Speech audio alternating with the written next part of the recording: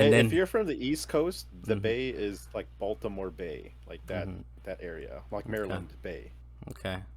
That's what they think is. I do appreciate though how Dalen's like the Bay is San Diego, and then it's like, wait, where are you from? And you're like Oakland. It's like that's still around LA area. That's still around LA Carlos. area. All right, Carlos. I'm gonna be honest with you. After I got back from doing my thing, Okay. I took a small nap, but I knocked out a little harder than I expected. The truth and comes out. I literally just woke up. So You see what I'm saying, Dale? That's a satisfactory answer. I don't like it. I don't like it at all. But that satisfies. But that satisfies. But that satisfies. I knew some bullshit. Like things were not on the up and up for sure. Things were definitely not on the up and up. Damn, we should have recorded that. Yeah, see, you got the right cadence. I struggle. I struggle a little bit. I know you can't count. I'm sorry to hear this. Which is something to say, right? 2022, first podcast back. It's been weeks. I missed you guys. It's been. I think we did a couple the last couple shows we did. I think were pretty good. They were a little confusing though, because we were like, I know for you, Dalan. I'll speak to you specifically. You're like, wait, didn't we do a games of the year? I was like, no, we didn't. We did a wacky stuff. We did made up awards. Remember? I mean, these are all made-up awards. They really are. They really are, though. I will give you that. For the made-up awards, the game, we're going to run down our top 5 games of 2021 here in 2022. I'm your host of this here fine program, Carlos Macias. Thank you for joining us for Salient Points 52, the first one. This one's dropping January 11th, 2022. Don't tell them what the real date is, Dalan. Do not tell them. It's for January 11th. Like I said, we're going to do our top games of the year. We got Dalan as per 95% of the time per use. Wait, this is our January 11th episode? This is Dalan Kirkwood from Up in the Mountains. Thank you for joining me, sir. Sorry, man, I'm half asleep. You really are. I'm here, but you were having like some internet issues, so we would have had a podcast this past week, but you were having like internet issues and stuff, huh? Like it was tough. I both my internet and my phone service was straight up down. It was down for literally everybody across the mountain. We had to drive 20 minutes just to be able to get any type of service to call people. I would like to say I feel your pain, but I don't, Dalan. For us, us people not in the mountains, we were perfectly fine. Yeah, you lowly people down the hill, you flat-footers, I understand you still had your internet. Flat-footers? There were still, there were still a good number of spots, apparently, where people didn't have service, but obviously you guys weren't impacted by Dalan, that. Well, we're glad we have you back on board, man. We're glad to have you back on the internet. I know I cut you off there because I'm trying to introduce Dale Blas, sir. Thank you for joining us. Thank you for joining us again, sir, from Up in the Bay. Dalan thinks the Bay is in San Diego, so that should be on the podcast. Hey, man, I was half asleep when I said that. All right. Yeah. That was off the record. He did say he just woke up 5 minutes ago, so we hope you got your top 5 ready to go. You can strike that for the record, or you can just be like, "Hey, man, you were fucking up. You were half asleep." Yes. Reasonable. All right, Dale. Thank you for joining us, man. We're gonna run some games out. And as see you guys. And as you guys can see, so Luis isn't here. He said he didn't play enough games, so we'll give away his top games. The only 2 games he played were what? What did he play, Dalan? Ghost of Tsushima, Deathloop, Destiny, and Rocket League. Deathloop and Rocket League. So I think we're gonna be missing. We're gonna be missing some representation there, but it's fine. You know, he felt like he didn't play. I do appreciate how he's kind of like a game developer. And it's like I didn't play any games. I'm making these damn things, but I didn't play. Too busy making them. All right, so look, we're gonna start off, Dalan. Last year, what you counted up, not down. So I got you. Did you? I got it correct this time. Okay. Don't worry. Okay, I hope so. Dalan, what is your number 5 game of 2021, sir? Dang, you put me on the spot number 1. Okay, first person. That's what you're doing. One thing I actually wanted to say, it was actually pretty hard for me to actually choose the number 5 because there were so many good games. Actually, if you like, Dalan, if you want to give some honorable mentions really quickly, before you give your number 5. I'm gonna give my honorable mentions. Okay. The 2 most honorable that I'm gonna give in this case is Bowser's Fury, simply because it came out last year, and that was an extremely excellent game that I didn't expect to be as excellent as it was. And the other one was Outriders, simply because it was actually fun, and I was down to play it. That did come out last year, huh? See, there I forgot all about it. Damn, okay, Dalan, okay. Coming in hot with the honorable mentions. I like it. But the game that I actually did go with for my number 5, simply because I'm a huge fan of the whole series, and I actually enjoyed playing the whole thing. But I know I'm never going to go back and play it again.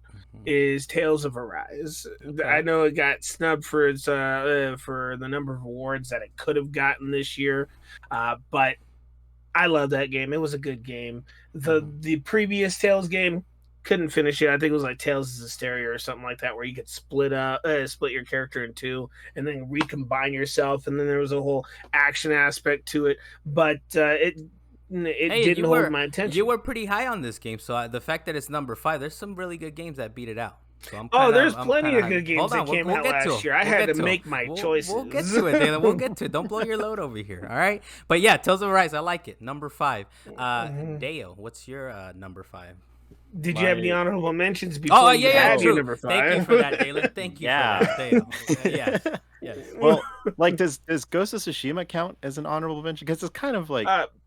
I know it came out with its DLC, so that one I'll give you for the Iki Island or whatever it was. Right. So it's like all my honorable mentions, because like I barely made the cusp to make it to 5 games that came out in 2021. Like I barely made it. So I would say like the outliers would be the Iki Island expansion for Ghost of Tsushima and the Eye of Echoes expansion, or the Eye of Echoes DLC for Outer Wilds. So those are my like.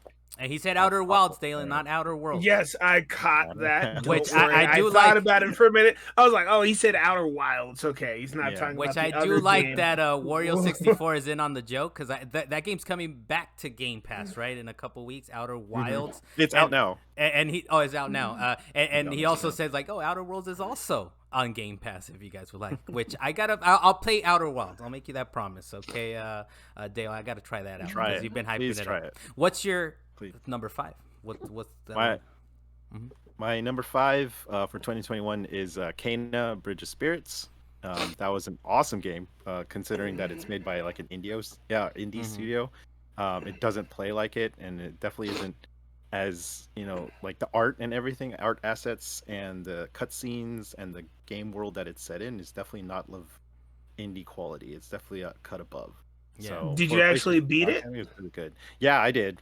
Not too long of a game. I beat it like December, like mid-December. Yeah, I just barely snuck that shit in there. It's not too long of a game. And I do like how you said it. No. Kena, is that because I just played the game. I wanted to give it a consideration for Game of the Year, right?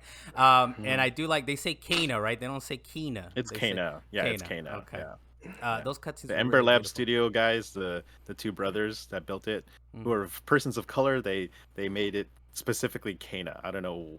Yeah, it's interesting because they could have spelled it a little differently, right? They could. Yeah, I'm still pronouncing it Kena. But that's what I thought it was from the beginning. But yeah, it was a really good title. Like, it's actually very challenging too. I didn't think it was going to be as hard on like the normal and the harder difficulty level. Like, I'm not even gonna attempt it on the hardest difficulty because I'm like, I'm done. I'm okay. Yeah, I feel like that's definitely a good pick. It did not make my top 5. It actually didn't even make honorable mention. So I don't know. But I do like that you bring it up. I like it that you're number 5, and I do agree with the difficulty, man. But you also didn't beat it, Carlos. I did. No, I did. You did? Yes, I beat it. Snaps. When I give my opinions on this stuff, well, sometimes I rage quit and I still give an opinion. But as far as like a definitive opinion, I beat Kena. Now I will say this: I feel you on the challenge, which was fun and cute. The first few bosses, and then after a while, I was like, you know what? Either I'm gonna quit this game or I put it on story difficulty to see it through. And I went on story difficulty, and I was like, I just can't do it anymore.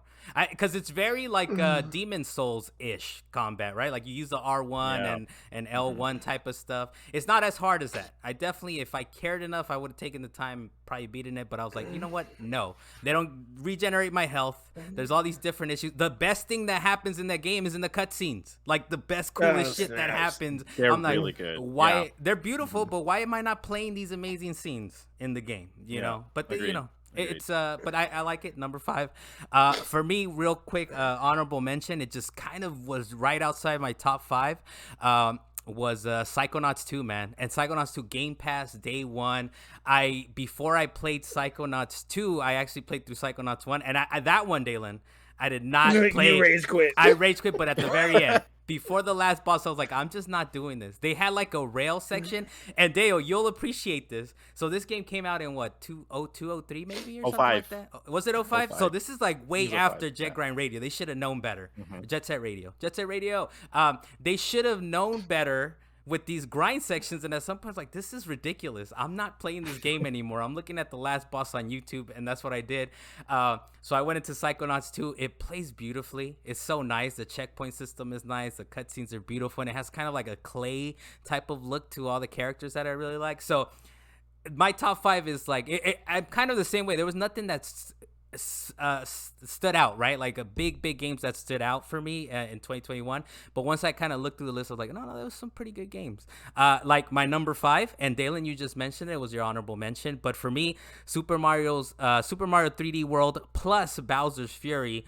And the reason that I don't think it's higher, honestly, is because Bowser's Fury is like a 2, 3, 4 hour like add-on to what already had come before, which is excellent. If you haven't played 3D World, that's a pretty good game. I didn't finish it, but I started it. And it's 4 me, players. You, and a couple other people played it online, and we were very much messing each other up and trying to get to those. It was wackymode.com, dude. But the fact that you can play online is cool, but you can't do Bowser's Fury, mainly because it's really like a mini Mario 64. That's really what it is, man. It's like some of these, like, you got to figure out how to get these coins, and it doesn't really tell you, which I think would have put it higher if it was a little easier, because it's a little annoying to try to get Bowser to be mad at you. And I'm like, how do I make him mad at me? He doesn't want to attack. So, but it's my number 5. I like that it's just an add-on, and yet it's like, dude, it's nice.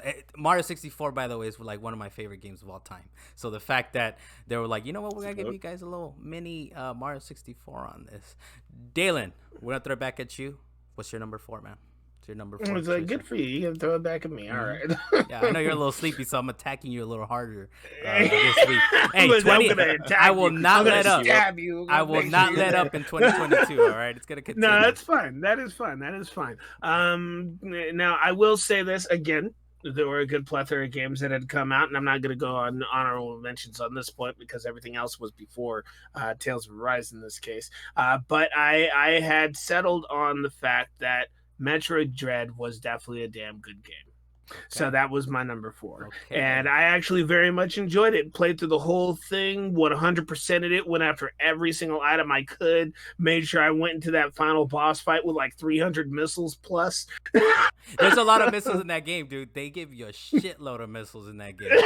They do not hold back. So, hey, that game was actually very nice, and you very much had to survive. It felt like a survival at points, and you really just had to run away. There were just fights you just couldn't do without the right stuff. It was the gameplay was so smooth, man. It's somewhere in my top 5. Little spoiler alert, but it's somewhere in my top 5. And it actually convinced me. Remember, they did the little remake or something, like the fan remake of. The quote unquote demake. The Metroid Prime 2D, 3D game that came out. Yeah, and I remember we talked about it on the podcast, and I remember playing it, and I was like, Dalan, they have 360 aim with the mouse. This is so whack. And you were so mad. No Metroid game has had it. It turns out Samus Returns had it, and this one has it, but it's so much better. For whatever reason, I think it's so much better on the controller. Just the mouse clicking just doesn't feel right for a Metroid, for me anyways. But so that's your number 4, Dalan. Yes. Dale, what's your number 4 for 2021? Number 4 for me is Forza Horizon 5. I know I've spoke to it in much length over the past few podcasts that I've been on. But yeah, I love that game. I marathoned that thing when it came out that first week. And I pre-ordered it and all this junk. And that's, I think, for 2021, that's the most time I put into a singular game in the year. It's pretty nice. It's because it's a beautiful game. Yeah. I like grinding and racing, like all my levels and everything for the game. The online component's really good too, even though they still need to fix a couple things right now. I kind of stopped playing it because there's so much other stuff I wanted to finish before the end of the year. But when I get back into it, they should have a DLC coming up. Okay. Which our expansion pack is coming soon. I don't know what it's going to be, but it should be pretty bonkers. Does it get included with Game Pass, or something that we might have to pay extra for, or do you know? No, it's a separate pay. So you have to Okay. cough up the money for that. I type of gotta thing. say, What- there's yeah. some aspects of Forza 5 that kind of make me upset. Okay, There Dalan. are. No, Okay. there are. There definitely are. Because me and Carlos were trying to play online and we couldn't actually join each other for a while, and then they started talking about Forza Live or whatever the heck it was, and then we were struggling with that, and then after we finished a mission, our whole team got broken up, and then there were points where like we were trying to start a mission and suddenly I wasn't on his team anymore, Yeah. and we were like, Yeah. wait, where did I Yeah. go? Yeah, It's I'll get teleported across the map in like a match or something, or like there's a bunch of cheaters, especially in the elimination mode. Their battle royale mode inside of the game, so they have a bunch of issues, and I think it might have to deal with because it's normally the population is really small for Forza Horizon games. It's around like 30,000, but like consistently they're hitting around like 100. Well, like, and 80 to it's Game 100,000. Pass, right? It's the fact that it's Game Pass, and if you're Game Pass is on interested, PC. yeah, too, if you're exactly, if you're interested, you're gonna play, and there's just gonna be so many people that come in, and it's one of those things that probably why Virtua Fighter 5 isn't number one on my list is because we didn't really play it that much. It was so hard to get into a match. I will say though, once we got into King of the Hill or something like that, that thing was fun as hell. If Deo, if you could ever join us for that in Forza, is it called King of the Hill or something? Where you crash I into don't each know. other? You talking about the Forza? tag thing? Is it It was tag? a tag thing. Okay. Playing tag. We Yeah, crash tag- it. We tag crash is fun into in each there. other. Yeah. Yeah, and you're kind of they section off a part of the world, right? So you're kind of it becomes like sort of an arena. Yeah, I think it was King of the Hill. We were out there on the Air Force Base or whatever, the airfield, and we were driving around. We were sliding everywhere, and I could not hit him whatsoever. And he was just driving a big old circle. Dalan, can you see me? I'm like, no, I can't see you. Of course, I can see him on my map. Hey, I'm not telling him that. I was very upset. But So, it took me a while to be able to even tap him at all. And then 30 seconds later, he comes back. Bam! All right, I lost the tag, and I never got it again. I just love Yeah. tagging. Mhm. Tagging. Yeah, I King will. of the Hill in that game is cool. Yeah, but like it's not like Rocket League. Like Rocket League and everything else like feels better. As a multiplayer game, it's more consistent. It's pretty nice. On the- It's pretty nice, and the racing lines for me that I'm not a big like car head or big like racing fan. The race drive lines or whatever are pretty damn useful. They're pretty damn useful. But yeah, it didn't make my top five. You know what? Maybe it can make an honorable mention for me. I suppose we could just throw anything in there. Forza Horizon 5, I think was pretty nice. I will throw some smoke at you, Dale. You were a little smoky on Twitter talking about this is game of the year, but it's your number 4. On your top It 5 is. games of the year? It definitely is. Yes. Okay, Yeah. reasonable. When all is said and done, it's definitely not my top. Okay. I like it, though. I like it because already I would have thought Dalan Tales of Arise would have been his game of the year, and then I would have thought Forza. So let's see what tops these other games. Surprise. Yeah, surprise. I do have for my number 4 is Ratchet and Clank Rift Apart. I know you called it a children's game, Dale. I get that, and I feel you on that. But it's and I gave it my frictionless gaming award. It's just so smooth. It's just so much fun. There was never a time where I'm like, I'm gonna step into this game and like, damn, I'm gonna get stuck on a puzzle. I'm gonna get stuck on this. Like, no, it's just smooth gameplay. You pick up the controller. It feels nice. It sounds nice. It looks beautiful. And I definitely had a lot of fun platinuming it too. Getting all the trophies in that were really fun. It's just frictionless. It's just not top 3 apparently, but it's super nice. It's such a super nice game, and I can't wait for what they do next. But that was my number 4 of the year. Dalan, what's your number 3 of the year? For my number 3, I disagreed with you, Carlos. My number 3 is Ratchet and Clank Rift Apart because of how smooth that game was. And for a single-player game, that was a smooth experience, and I just enjoyed it. I honestly was just waiting for that game for almost a year and a half. That was the game that made me decide, I need a PS5 in my life. Why am I not having a PS5 in my life? Yeah. And I could definitely say that when it comes to Ratchet and Clank, it did not disappoint because I went back and I beat the 2016 version just so I could get ready for this one. And I was super pumped by the time I beat the 2016 version. And again, when I went from 2016 to this one, it was the perfect follow-up for the game. I'll admit that it still had its like lengthy levels. Yeah. Of trying to actually collect items, and there would be points where I'm like, man, I just actually want this level to end because it seems monotonous at a couple of points because you don't use all the weapons that they give you. You just use the ones that are really useful. Well, yeah, and you level up the ones you really like, right? Like you're like, I'm gonna keep shooting these until I run out because I want to level it or I want to, keep using it. And it's it's that little RPG loop that they've added to these games, right? But I do like how you said you were waiting for it. You wanted a PS5, yet you didn't buy it day one. You waited to borrow it from me, Dalan. So I'm sorry to out you like this, but I had to do it. Things happened. Okay, reasonable, but I do like it. I was definitely waiting for it though, and I almost bought it, and then you were like, "Nah, Dalan, I'll let you borrow." Like, okay. I will say this though, there's something wrong with this. I feel like that. I don't know. Maybe you can agree with this on this, Dale. But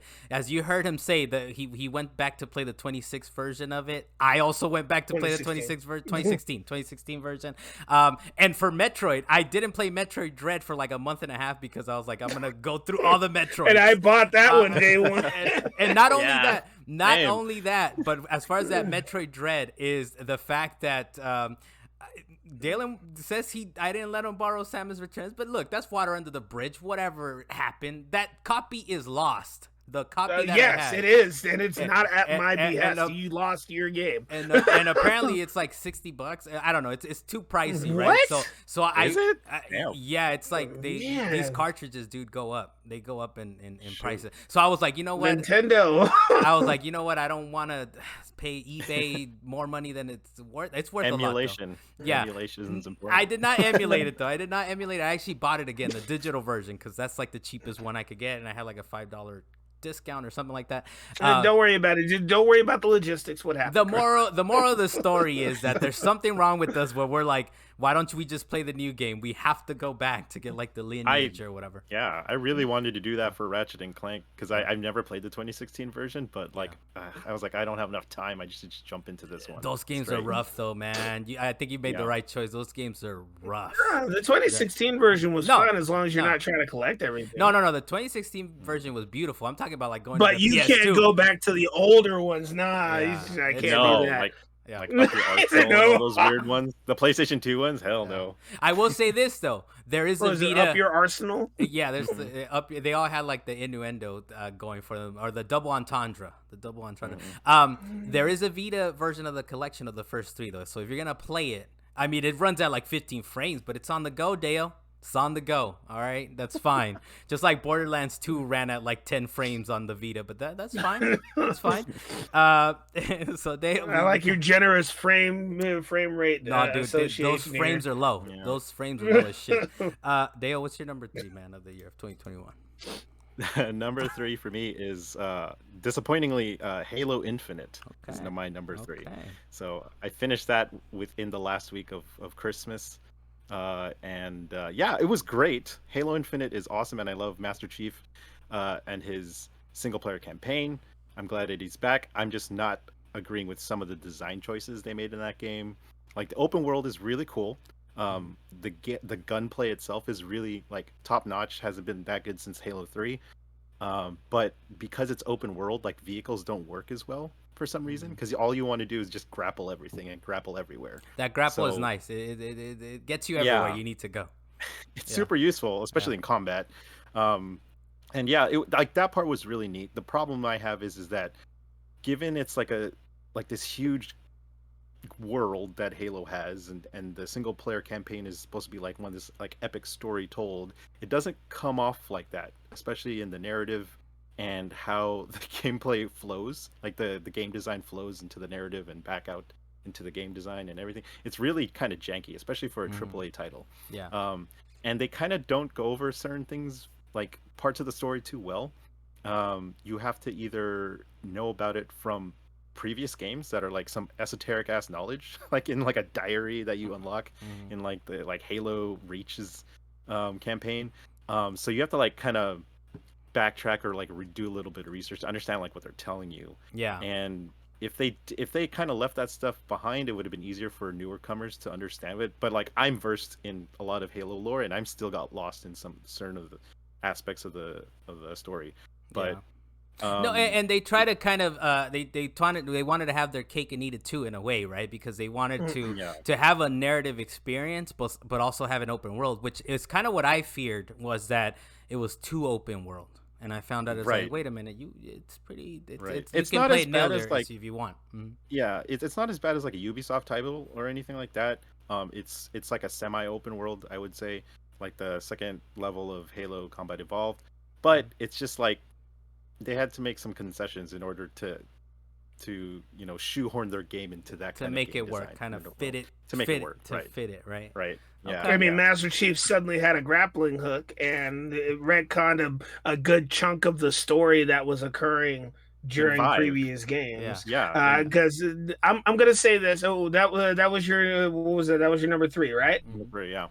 Yeah. So what I'm gonna say in this case is I almost had Halo on my list, but only Honorable because mention, huh? I recently played every other single Halo in the past like month or two because I was trying to build up to Halo Infinite. And I gotta say, I want to put Halo 4 on my list because all those Halos were excellent. Even though I played Halo 5 Guardians, Halo 4 was the most excellent out of these Halo games. And I even played Halo Infinite, but when I started playing Halo Infinite, yes, the open world was they what is the word I'm looking for? They made it was too big for themselves. Like they tried to do this whole open world thing, but they couldn't really match what they were trying to do with the game, and it started to feel empty. And I feel like I'm just running from place to place. It's like I don't want to have to run from level to level. You wanted it more linear after I played all the other ones. You wanted it more linear, like a story mode. Yes, I enjoyed my linear story focused game when it came to Halo, and then you could just jump into multiplayer whenever. But in this one, it was you got to make it to the destination, and the trek to the destination was fairly empty. Every so often a little enemy would pop out of nowhere, you'd take down a tower or whatever it is, and then you find a couple of leftover people that survived whatever the heck Cortana did. I'll say this, I did not beat Halo Infinite, so I don't really know the whole story with this new weapon that he has, but the jump between Halo 5 and Halo Infinite was so stark that they actually missed that whole chunk of story that I wanted to see, that it kind of ruined the game for me right off the bat. Like they literally killed. It basically felt like they killed Cortana off screen to me. I was like, I mean, it's so weird because they did that from Halo 4 to Halo 5. Like there was like this huge enemy that was introduced in Halo 4, and they killed them off camera. Like you don't do it.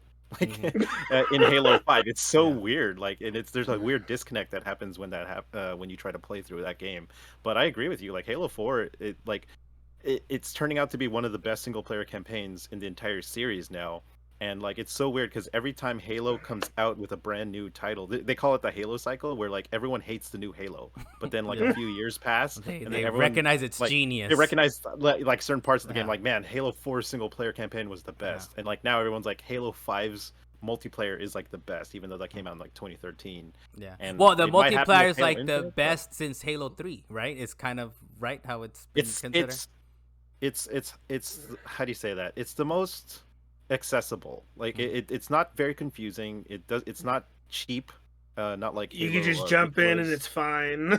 Yeah, it a lot more what do you call it? People that aren't into FPSs, that like kind of like a simplified experience could understand that, but there's enough how do you say it, like complexity or advanced movement inside the game for pro players to really do very well in the game too. Kind of like how Halo 5 is it easy to learn, hard to master? Is that what you would kind of pretty much? say? Yeah. That's how I would say I don't feel that way with Halo Infinite for sure when you're talking about multiplayer, because I played that whole multiplayer for Infinite. If you're a newbie, do not play Infinite's multiplayer right away, because all the pros are in there just murdering everybody. They have lasers, man, and they have lasers, man. Dude, I'm telling you, it's crazy. Like there's a lot of cheaters too. It's so weird that they don't have anti-cheat. So that's why like Halo Infinite isn't my favorite right now. It's definitely not my number one of 2021. Is because they have all these problems that they need to fix. And the single player campaign isn't complete because they don't have co-op inside of the game, which like blows my mind because like there are things that are missing. Like, but you have a grappling hook. But you have a grappling hook. But like, how crazy would that be to like grapple hook like in the single player campaign in an open world and try to fight elites together and everything. The fact that they put a grappling hook in it by itself was a problem. So look,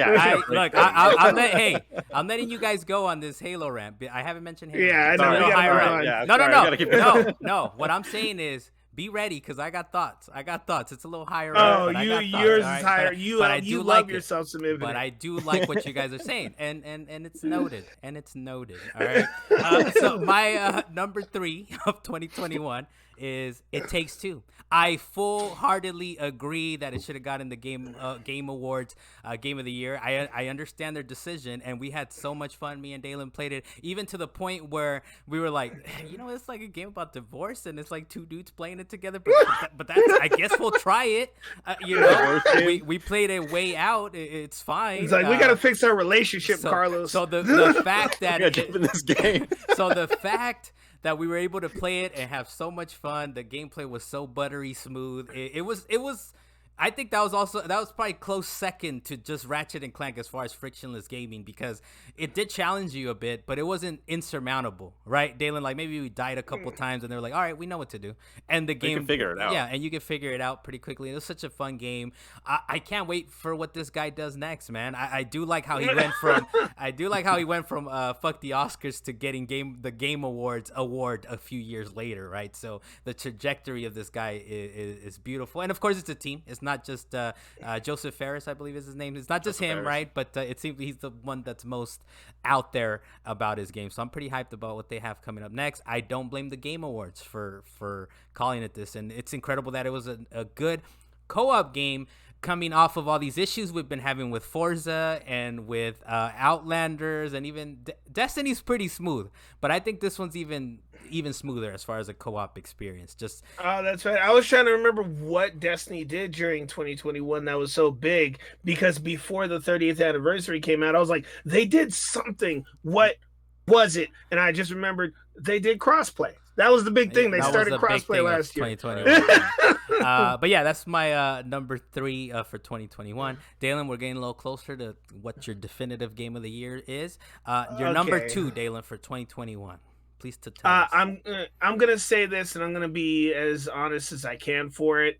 My number 2 and my number 1 was straight up tied. Okay. Like they were straight up tied, and to me they are still straight up tied. So I'm just gonna mention them. Say the one that's slightly a little less, just slightly. It's not even though they're tied. I can't. I can't even say it's a little bit less, but I know which one I'm gonna say. Okay, less surprising. Give us the less surprising of the ties. Yeah. And then we'll so go to so the less, based on my terms, the less surprising one would be It Takes Two. Okay, so It Takes Two for me was such a good game that again, I know we touched base on it before, but you had purchased the game, or at least you game flighted or something like that. No, and then I was playing. Don't be. Oh, you did. You did purchase. Joseph Okay, Ferris, I'm sorry. Comes around, and I'm a pay full boat. He's gonna curse somebody out. Well, especially because it's $40. Especially because I think it was like $40 down the stack. It was great. Yeah. Go ahead. But you bought the game, and then we did the share mode thing. And after the first level, I was like, no, I gotta get this game. And it was just the best co-op game I've played in years, period. And it was just dynamic the whole way through, because every single stage something changed. You weren't doing the same thing over and over again. They always gave you new weapons. There was always something new to do in the next level. You never had the same thing to do twice. At some point, you're basically going D&D on this whole thing where somebody's using magic and somebody's using a sword. That was amazing. You're transforming into plants. You're flying on kites. You're swimming underwater. You're snowboarding. It was the whole thing. And the game is beautiful. The game is more beautiful than I would say it should be. But the real aspect of it is, of course, the co-op and the story and the replay value. I was down, and I'm still down, to play it with anybody who wants to play that game. So if anybody has it, or if you want to play it, I am down to go and play that game. You could just download the friend version of it, whatever it is, and I'm down to use my copy to play it with whoever it is. I'm always down to play that game. That's why it's up there. Did you ever go back to get such a good game. Did you ever go back to get the platinum? The platinum isn't too hard. No, the thing about that game is I won't play it by myself. Okay. I didn't. It's 10 times better with another person. Like Yeah. it's amazing. Yeah, it's what it is. Well, I and can't play the that game funny by thing myself. is it's forced co-op, but because you all at any point you're like forced co-op. I kind of want my, and I'm a single player type of gamer as well. I like my single player games, but the fact that this game is one of those where it forces you to play a co-op because there's not an AI. You have to play a co-op. That's why they do the free buddy pass where a friend can download it and it's like, okay, we'll give it to you for free. We'll give your friend a copy for free so you can play with someone.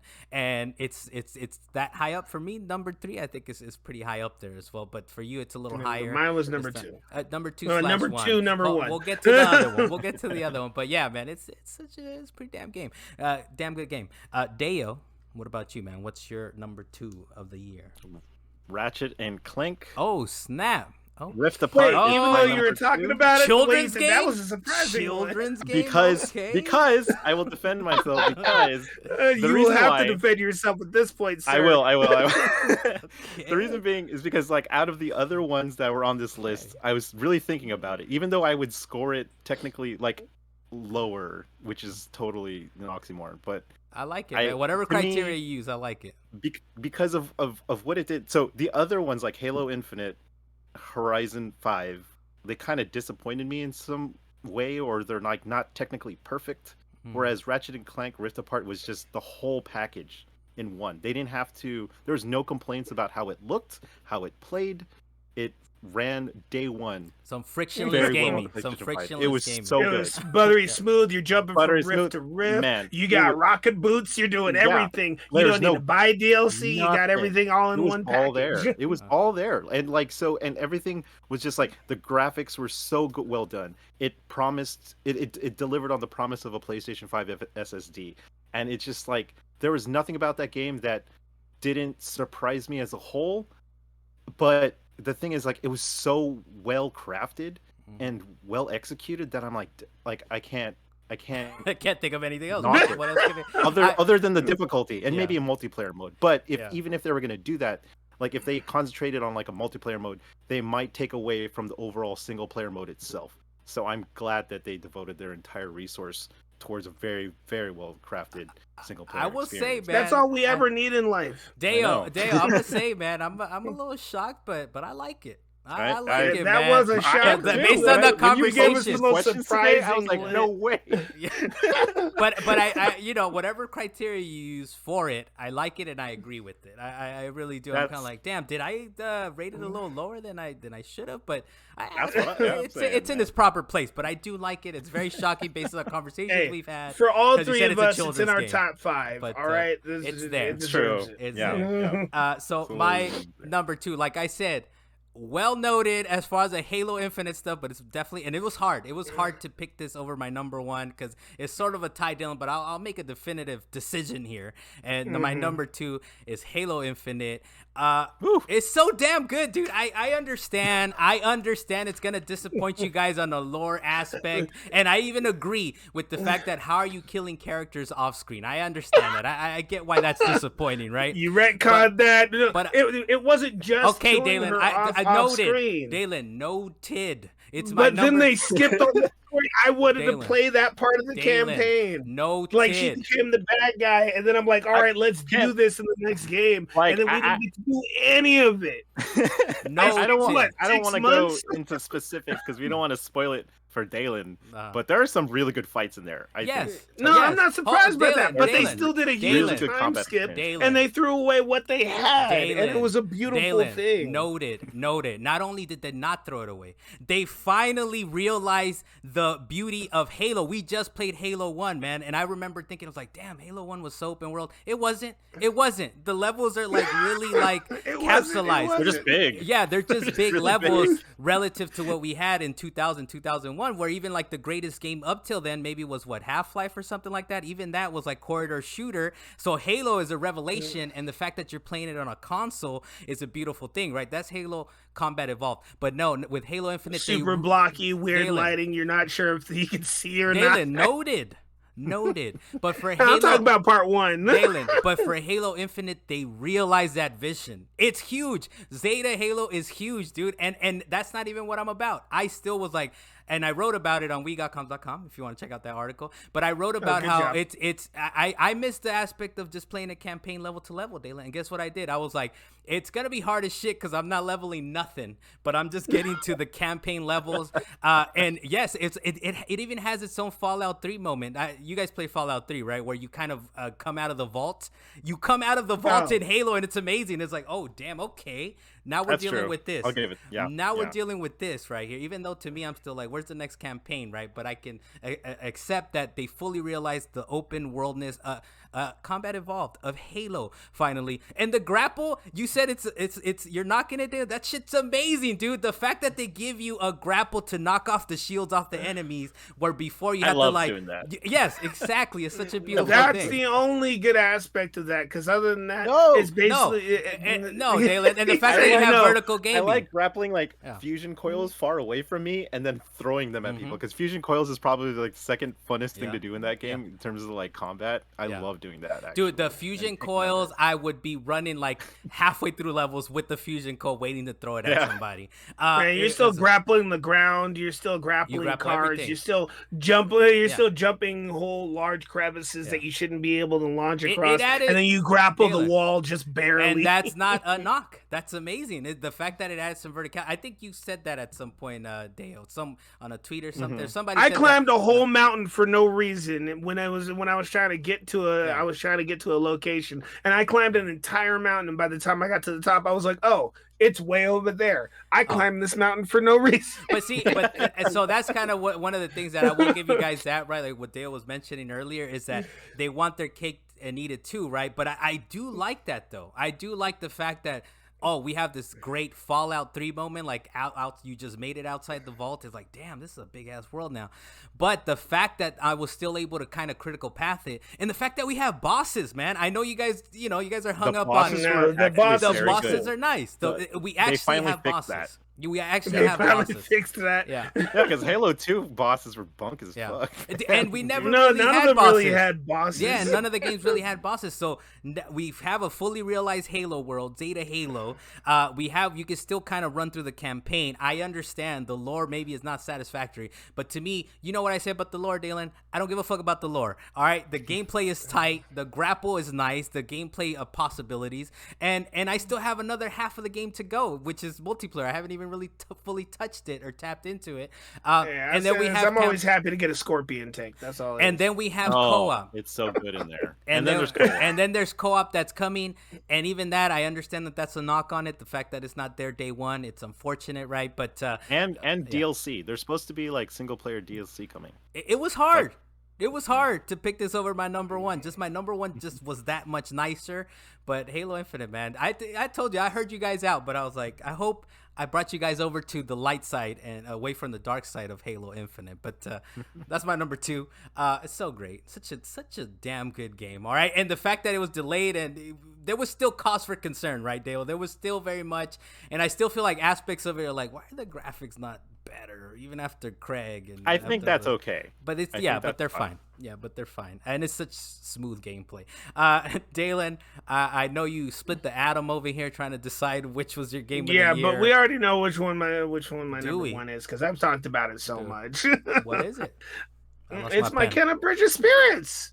It's got to be Kenneth Bridges Spirits for me, man. Game, it was another game that I waited for. Mm-hmm. And it got delayed. I still waited for it. I was like, I don't care. Make sure it's good. And they definitely did that. For an indie company, they definitely did that. That game kept me up at night. Like, I bought the game and it kept me up at night. Like, I played it and then I could not go to sleep. And I would like wake up the next day, have to go to work, and while I'm at work, the only thing I could think about is going back to playing Kenneth Bridges Spirits. When you got a game that's stuck in my head like that, you know you did. Well, I know it did a good job because it made me want to go back and beat it. I went back and I beat it on hard mode. I platinumed that game, and then I went back and I still played it on easy mode just to enjoy the story by itself. How dare So, you, sir? How fucking dare the you? game is beautiful across the board. I don't like you, Carlos. No. Shut Hey, up. I will say this though. I do like that it's on opposite spectrums. Like, it's your number one game, and to me, it's like not even in my top 5. But you did play it on. I will say this. I respect that platinum because I looked at some of those trophies. And I was like, no, I'm not doing this. I'm not doing this. I'm not doing none of this crap. It really wasn't that hard. It honestly wasn't that hard. I'm not down, dude. But at the very least, you never knocked down the difficulty, right? You played it all the way through. I played it all the way through on regular. Then I went and beat it on master mode. I wasn't trying to do all the extra stuff on master mode. I went and beat it on master mode, and then everything I had left over, I did on easy mode. Well, there's tricks of the trade, dude. To this platinum trophy game we got, is tricks of the trade. I think I've said it before, but like for example, Last of Us Part 2. I beat it through. You don't have to beat the game twice, but you got to beat it like at least 1.5 times to get enough gear. But one of the things has you like looking for shit. I went into the different options where it lights things up for you. You can pick shit up automatically. I turned all that crap on. I turned it all. Accessibility. Yeah, the accessibility option where it makes the character blue and the rest of the world like gray and things like. Damn, that's strat. Wait, for what game? For Last of Us Part 2. Okay. That's how I got the platinum on that one. But Dalan, there's still little tricks of the trade as far as the platinum. So Dalan's game of the year, Kena, I like it, man. Kena, British but you said it was pretty close with It Takes Two, right? I guess it was pretty close. They were right up there, like so close to each other. It's not even funny. Like It Takes Two, its co-op aspect makes me want to say that should be game of the year. But Kena Bridge of Spirits as a single player game, it was so beautiful it made me want to go back and play it 3 times in a row. And I could not stop thinking about it. I was obsessed with beating this game at some point. And that last boss, the music was just too beautiful. I know you got to the music at the end. You can't say. Oh no, I will say this though. As far as Kena, it is a beautiful game for the fact that it is an indie game, and they did some nice work on that. And I think it's an animation studio, right, that made the game as well, from what I understand. It's a movie animation studio, yeah. But I still can't get past the fact that the coolest shit happens in the cutscenes. Those cutscenes look amazing. The music, though, I will say is pretty damn incredible. Like the drum beats as you're going up to a boss or whatever. I was like, oh, this is nice. Yeah. It reminded me of like Ori. Did you guys ever play Ori? Ori, the Will-O-Wisp or whatever it is. I can't remember what it's called right now. Yeah. It's on Game Pass. But yeah, I reminded did me play the of first that, one. but like in 3D instead of 2D, 2.5D. Yeah. So, but like, dude, yeah, I give it up for Kena. Kena was like, if this is their initial start for their first game, that's a good point. Their second game is going to be phenomenal. It'll probably fix your problem with the. I hope so, dude. There's issues with the difficulty. There's issues with the gameplay. Like the gameplay is not as smooth as I would like it to be. I don't know. Dalan, did you played it through performance mode, right? Because the fidelity has some issues, dude. And I don't see that big of a difference graphics wise either in the game. Yeah. So when it comes to performance versus fidelity, performance all the way, because the moment you hit fidelity, it starts skipping. Yeah. That's it. And performance. That's the thing. Even in performance, like I didn't feel like. The combat just wasn't doing it, man. I was hoping for the best. I really was. I was cheering on Kena, but I was going ham on that game. But I like it though. Dalan's game of the year, Kena. Slightly. What edges it out just slightly? Because you said it's sort of a type, but what edges it out just slightly over It Takes Two for you? The fact that it became an obsession for me, and that it was that I could do it by myself. I didn't have to wait for a second person. I would just go in and just do it whenever I wanted to. For It Takes Two, I couldn't play it without somebody else. In my own head, even when I turned down the game, I went back to try and actually platinum it myself, and I started up a level. I was like, it's not the same without somebody. And I turned it off I'm missing my friend. I'm missing my partner. For the platinum, I did have my daughter play with me. Like, all right, just move around, go here, go there. See, I didn't have that. I did not have that. So I did, yeah. And I was like, I probably could have bothered my wife to actually do it because she said she wanted to go through it, but then I'd want to start the whole game over, and we just haven't done that. The chapter selects in that game are any game. Please throw chapter selects all over, please. Which games. Halo Infinite, I guess they're gonna do that, right? At some point. Halo needs that. I wish Kena had that actually. Yeah. So that's Dalan's game of the year. I like it, Dalan. Dale, your number one game of 2021. Surprise! It Takes Two. Okay. My favorite game of 2021. Like, there's You know a what lot I of like games. about all these choices? Nobody chose Resident Evil. I didn't finish that one. To be fair, I wasn't able to finish that one in time. But with it takes two. Like, I remember a lot. Like, I don't remember a lot of games and what I have to be doing in a lot of these games this past year. But I remember how I felt playing It Takes Two, especially with It my was a wife. warm feeling. It was it was a bunch of emotions. It was like hatred because we couldn't get, or and frustration because we couldn't get past this one point. But once we did, like, we felt so accomplished, and like, just all the different gameplay scenarios they put you in, and like they try to change it up all the time in each different level. It was super creative. You can kill your partner, wrote no repercussions. Yeah, but you laugh sometimes. Sometimes you're angry at each other. Sometimes you laugh. It was like a full spectrum of emotion. And going into that game, I didn't know. Like, I never played A Way Out, so I never knew like their previous like co-op type of experiences. So I was like, this game might be good, and I just want to play. I wanted to seriously buy something that I could play with my wife, on a nightly basis. And like, that one just hit for us to the point where we just like, it was like, hey, what time are you coming home? Yeah, I'll boot it up already and everything like that. I'll have dinner ready so we could go straight into it when we're done.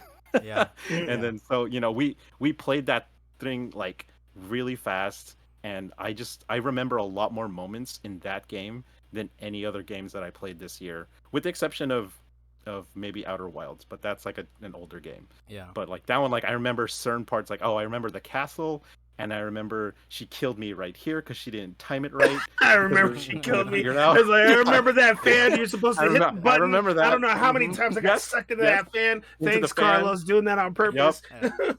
That was the funniest time. And like, it's just those moments that like games, they're meant to be like impactful. Like, really good games are meant to be really impactful like that, where they make you experience a broad band of emotions, and they just like, it's very specific to games that only games could provide that kind of experience. You know what I mean? So, It Takes Two is definitely my number one out of the whole year, which is surprising because it's a forced co-op game. Yeah, we're still surprised your number two was Ratchet and Clank, but that's I'm still a little shocked about it's like that we one. switched, like Halo with Carlos's Halo and Ratchet and Clank. We switched it. We're like, I'm gonna give that one higher, and I was less hyped for it or whatever. But I mean, look, I was trying to do the math on there or whatever, but it's not necessary. It's obviously we all had this game, and apparently the Game Awards had it right, man. That It Takes Two is our collective game of the year. With that game is too. I got 11 points. My number one is interchangeable with It Takes Two, so I'll say yes. You are correct, Carla. So there it is. Well, the points say it, Dalan. I got it at 11 points based on our weighted point system. You scored already? Yeah, he it's far and ahead. Man, honestly, before this one, I thought I was like, oh damn, Ratchet and Clank Rift Apart is gonna be game of the year, because that's gonna be our runner up, is Ratchet and Clank Rift Apart at 9 points. But It Takes Two, man. And I was actually thinking before I was recording, I was like, damn, I wish, I really want Halo Infinite. Maybe that could be our game of the year. You wished. Maybe you were hoping. Maybe my number one could have taken it, but I guess not. You could rescore it in 2022 when it's more complete. That's maybe. True, right? That's true. My number one game of the year is Metroid Dread, dude. I love the Metroid series just so much, man. It's so good. It's so amazing. And the fact, like, Metroid Dread, like, right from the beginning, it gets you because it's like in a 3D scene, in a 3D cutscene where you're like, I gotta be honest, at the very beginning I was like, damn it, I miss Metroid Prime. Why am I playing a 2D Metroid?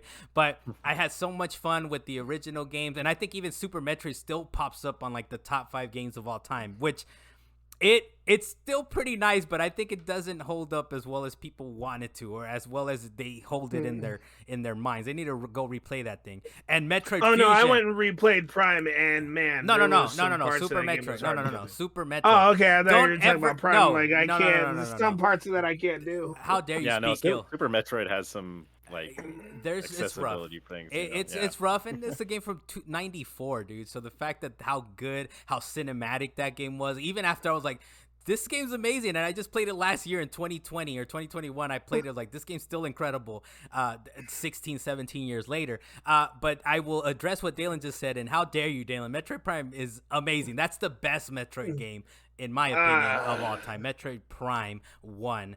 But anyways, as far as Metroid Dread is concerned, when was the last time you played Prime? It's been a couple of years, but it's.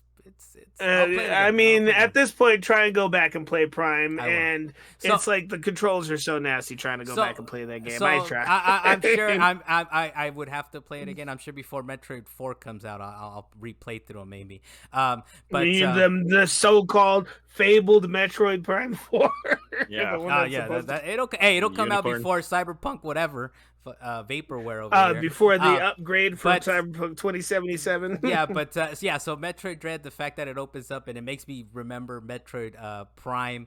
It makes you think you're in a 3D game, even though it's fully 2D.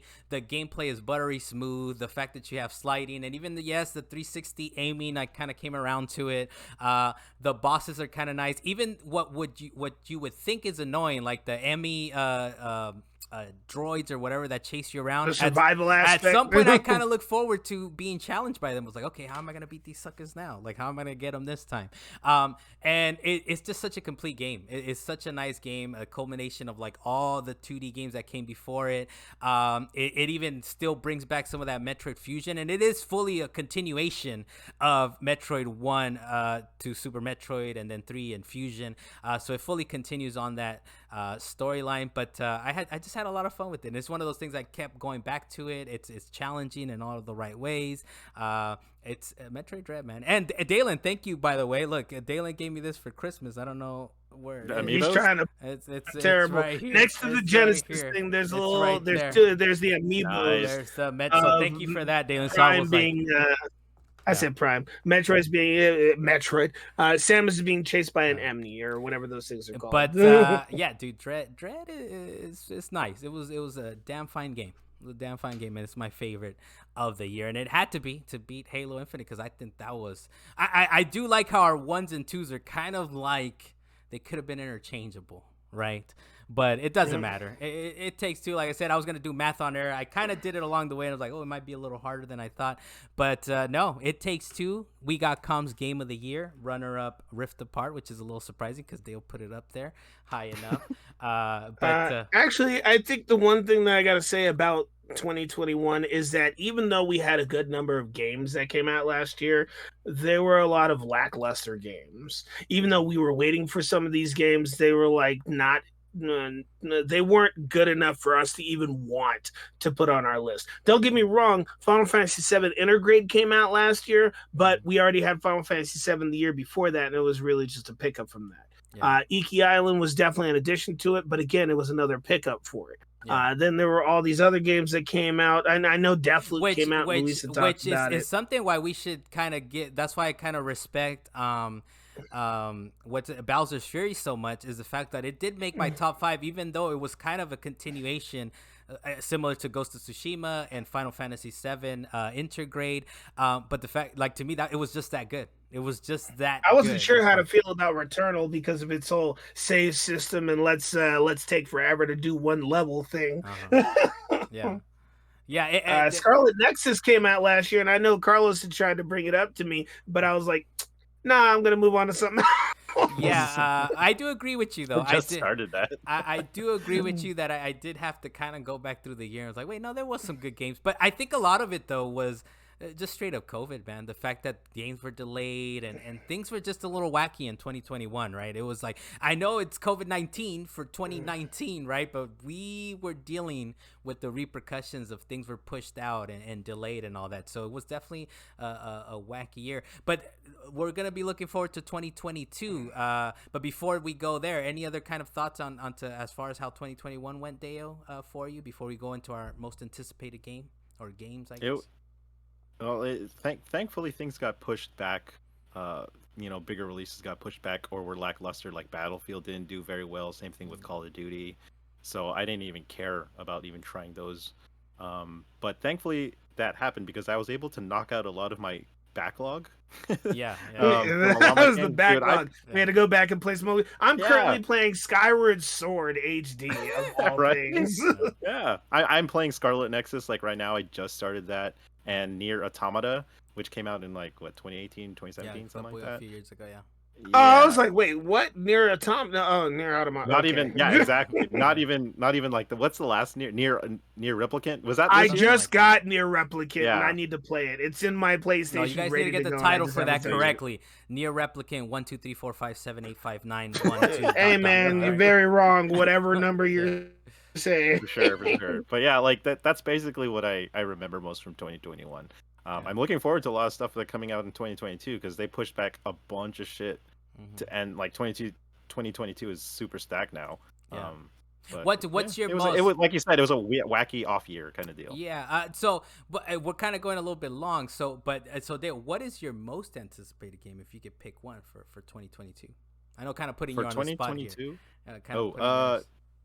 I definitely. Oh man, like I the more I see of it, the more I get really excited, which is so weird because I didn't like the first game. Well, I liked it, but just not as much as a lot of people did.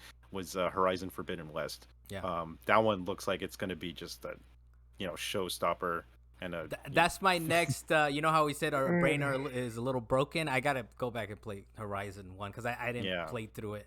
So I didn't play through it either. I dropped that game as soon as it did that whole Batman sneak thing. I got so bored of that game, and like the story was like, I'm not feeling this at all, and like I just got so sick of grinding on it because the open world is as good as it looks. It's like again like a Ubisoft game where it's kind of boring sometimes, and it's kind of menial tasks that you have to keep doing in order to upgrade yourself.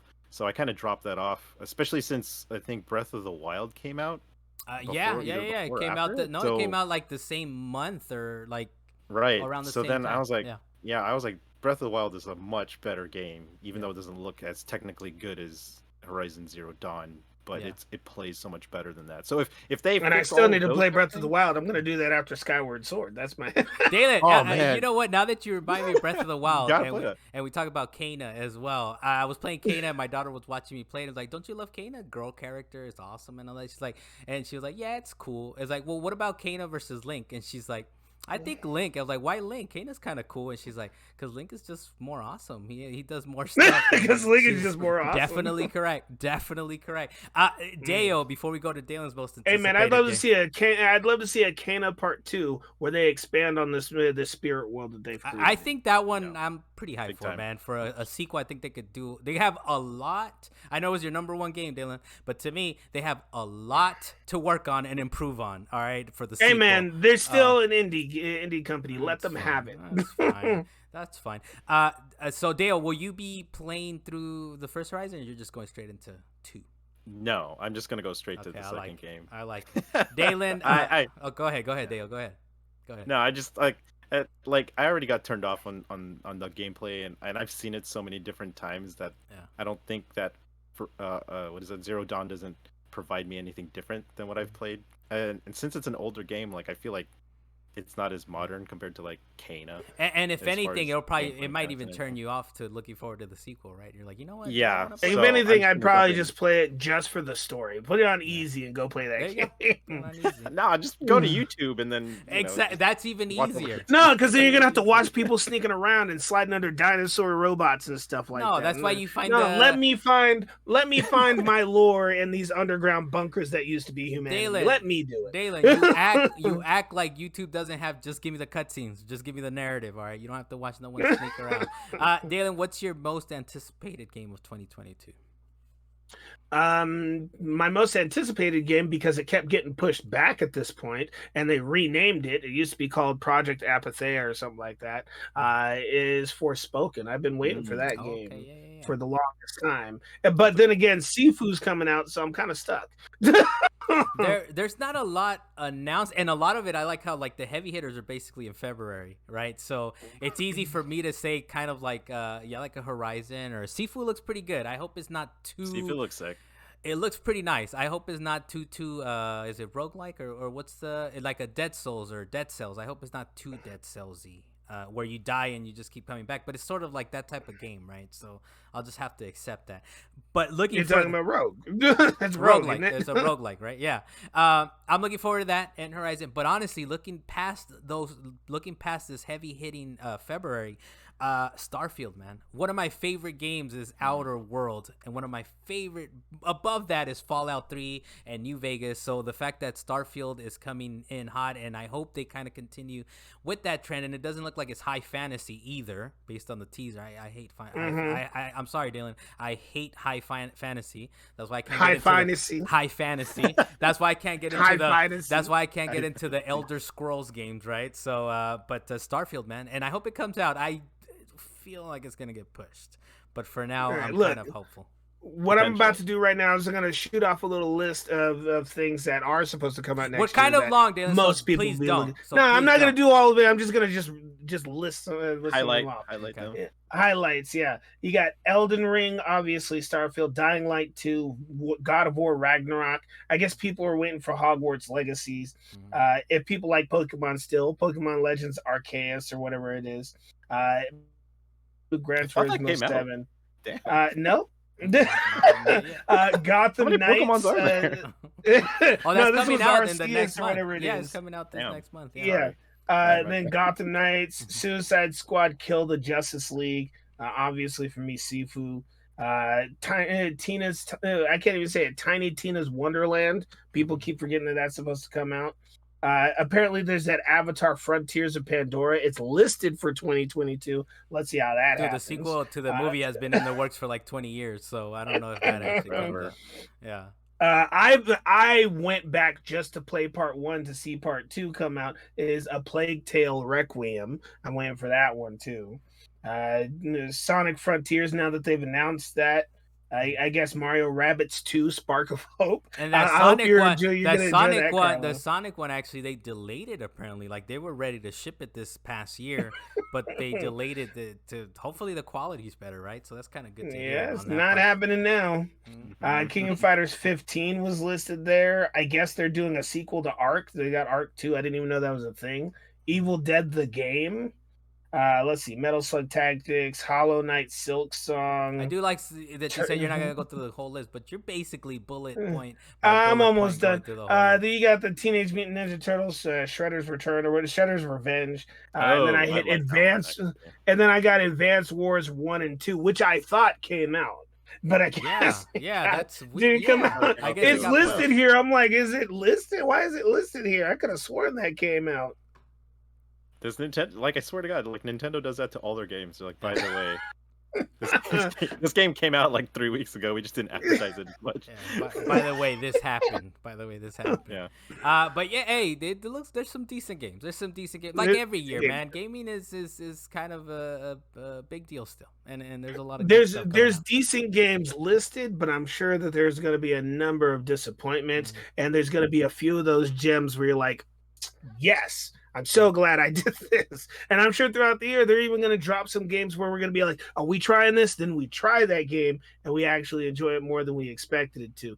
Kind of like Knockout. I almost forgot to even mention that. That came out last year, too. And we played the heck out of some Knockout for a while. It was nice. And then we just dropped the game entirely. Yeah, I mean, I'm sure we're going to have that in 2022, right? Games we played for like a week or Back two. for Blood. Yeah. Yeah, and actually they're gonna do that for Rainbow Six, right? The next Rainbow Six is dropping on Game Pass as well. So Game Pass is definitely day one. That's the sequel to Siege or what? Extraction, right? Extraction. I think it's called Extraction. Yeah. So there's a lot of look, Dalan. That's the good thing about Game Pass. You get to try these things out with your buddies, and then a week later you're like, I don't want it. No, anymore. So for Rainbow Six, if it doesn't have a campaign co-op, it's not as fun. Because I remember I remember, what was it, Rainbow Six, New Vegas 2 or Las Vegas 2, whatever it was. That was a fun game because you had campaign co-op. But then after that, they took away campaign co-op and everybody's just trying to kill each other the whole time. I'm like, that's not as fun. It's just not as fun. But the campaigns were always kind of. I think that's when they were making a big move into like, let's make our campaign a little more cinematic. But the Rainbow Six games have always been kind of like just an extension of the multiplayer maps. Man, let me just snipe somebody out of an airplane. That's it. Well, you can do it in the multiplayer. Those game. Vegas games were awesome. Yeah, dude. Those were really it was fun. the most cinematic, right? It was the most cinematic Rainbow Six. Yo, man, it was SWAT the video game. Basically, yeah. And then after that, they're like, oh, let's do everything in esport now. So like, we're gonna turn this whole thing into an esport. So that's what they did with Siege. It went Overwatch with it. It was purely Overwatch. You had your certain. What are the words that you have? Your specific operator. There's like 30 of them or something. There's a whole group of operators now, but they're still doing it. That's what Overwatch did. They just kept adding characters. We'll give it a shot then when it drops in Game Pass. I think in a few weeks, right? So look, we'll get a couple little news. Just kind of. You want to play Operator the game? We'll get some of the bigger we'll get some of the bigger news pieces out of the way here. We did get some more details on PlayStation VR2 officially. PlayStation VR2 and no space after that VR. It's all together VR2. They did kind of announce, and this was at CES. I think nobody was expecting this, right? I don't think people were expecting for Tom Holland to come out. They weren't expecting to get more details, basically. Did you watch that? Did you watch the presentation? I scrolled around it. I couldn't watch the whole thing, man. I flipped through it. Yeah, I flipped through it. He said I skimmed it. Yeah, I really skimmed it. I fast forward through it. But yeah, we got more details. PlayStation VR2. It's coming. Then they're called the controller, the PlayStation VR2 Sense. It's gonna be a one cable solution. I know I would have preferred a wireless kind of solution to it, kind of like the Quest. But like our friend and Wheels of Steel, Luis said, you know what? They're trying to leverage the PlayStation 5. So I completely understand that. We're going to have 4K OLED. We're going to have eye tracking and also inside-out tracking. So from what I understand, that means it's going to kind of run like the Quest, where you don't need a camera like you do now with PlayStation VR. And they actually said as much on the blog. They said, quote, your movements and the direction you look at are reflected in-game without the need for an external camera. They also announced Horizon Call of the Mountain, which they sort of teased. It looked kind of interesting. They didn't really show too much, right? They just looked up at the big robot walking around. And one thing, a little note on here that I put is like, where's Insomniac in all this, man? I know Insomniac did a PC VR game, and so you would think this is like a second party from Sony. And it's like, where the hell? Okay, now we have Guerrilla going from what's the shooting game, Killzone, to making Horizon, to Insomniac. Where you at with all this VR stuff? The last quote I have here is from Steven Totillo. He said, quote, I asked Sony if PSVR 2 would be out in 2022 and if it'll be backward compatible with PSVR titles, something many people asked me to ask them yesterday. Neither was addressed yesterday. Sony PR says they've nothing further to announce at the moment, so stay tuned. So basically no pricing, no release, no if there's backwards compatibility. Deo, I know you had some thoughts on this, right, on Twitter about the... Are you excited, or are you just kind of neutral, or how I'm really excited because the PlayStation VR, like I've been waiting to buy a PlayStation VR for a while, and I wanted that first iteration. I was just waiting for a sale, but I was like, it's so close to the PlayStation 5 generation. I know they're probably going to make a second one, and they finally announced it, so that makes me really excited. What I'm not excited about is that it's probably going to cost as much as a PlayStation 5. Okay, reasonable. In my eye, because like if you look at the specs and everything compared to other VR headsets and everything, it looks comparable to that. So it might be, doubling your price of the experience with the PSVR 2. And I actually really do want backwards compatibility, because there's some titles that I've never got to play on the PlayStation VR that I want to, have a higher fidelity mode inside PlayStation VR 2 or whatnot. So, and I own a bunch of them. I just never been able to play them. Do you own a bunch of like PSVR games without owning the VR itself? Okay, I have what is it, the Psychonauts Rhombus of Ruin? Yeah, which is only like an hour and a half. Oh, it's like right, and I was super excited about it, but I was like, oh, it's a VR game. So I was like, shoot, I'm gonna get one. I will say this when it comes to that PSVR thing. I know I'm chiming in this case, ahead, but when it comes to the PSVR or any VR for that matter, I feel like the whole idea of VR is starting to wane off from people. Don't get me wrong; I'm happy that they're coming out with VR headsets that are more technologically advanced, and to make it look better and to make it more interactive for you to actually not have to go in like a 6-axis or whatever it is. But I can tell you right now, my VR started collecting dust. That's what it is. It started collecting dust. I feel like if you get another VR, the 3D TV kind of technology kind of deal. It's like I said this before, and I can say it again at this point, is when every time the world has tried to introduce 3D or VR to the world, it exploded for a minute, and then it went away. I think this is the longest stint for VR, but I still feel like it's starting to die out, and then it's going to become this little small market that not enough people are going to play it to really get a whole bunch of different systems like PSVR. So I'm a little surprised that Sony decided to move forward with PSVR 2. Maybe they still see it as profitable, but I'm still thinking we're not going to make it to a PSVR 3 if we keep trending this way. I think what it is mainly is like a differentiator, I think, at this point. Because I feel the same way, Dalan. I know when VR was like, damn, I want VR. And it was exciting and it was cool and it gave you trophies. I love trophies. But it definitely is one of those things where I don't think it's peaked, though. That's the thing. I think this time around, I understand what you're saying. I appreciate what you're saying, that these things blow up and they die out. Kind of like 3D definitely died, though. That one definitely. What happened to the Game Boy? Well, because virtual the 3DS. Game Boy. Well, yeah, virtual Game Boy. But then the 3DS, at some point, they stopped implementing 3D into. I mean, they did the 2DS at some point, so they reverted back. And then PlayStation 3 had like the 3D TVs that were like, okay, some people still have them. Some people still have them hanging around. Yes, I got mine right here. Right? He's got one up pointing one right now. So it's like, what are you gonna do with that? So people don't make 3D movies no more. So I agree with you. I agree with you in the sense that it's kind of like, well, why are they doing this? But honestly, I still feel like they still had the best software for the longest time. No, I'm not saying why are they doing this. I'm saying that at some point the world is going to realize again. Well, that's what But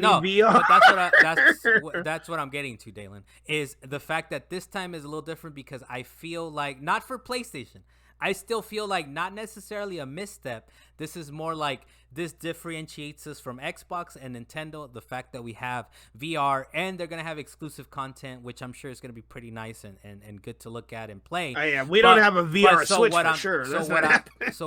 What I'm referring to, Dale, as far as the VR technology itself, is it needed to go wireless, and it has with the Quest 2 being wireless, and that's an independent system. I still think the next step for VR is we did go wireless, which is the first step, I think, to more accessibility. Now the graphics need to get better on a standalone machine. No, but other than that, I glove interactive controllers. That's what we need. We already have it. We don't need the well, not the glove. It's straight glove. We need straight glove. That's what I'm talking about. But maybe not Power Glove, because that thing is huge. Maybe Power Glove 2.0, one that's nice, sleek, and fits your hand, not like RoboCop or nothing like that. We don't need RoboCop hands.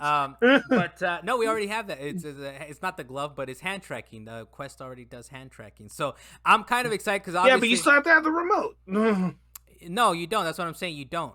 It has hand tracking that you don't need the remote. You do want to use the remote for more precise controls and stuff like that. I think I know what you're talking about. But yeah, I think as far as PlayStation, to me, it's kind of like a side note. It's a footnote.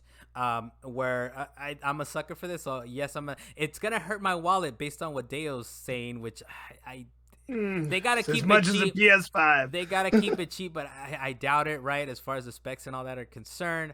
I'm a sucker for this thing, so I'm gonna grab it and grab as many trophies as I can. And I do like that it's a one cable solution. I wish they would have just said F it and we're doing wireless.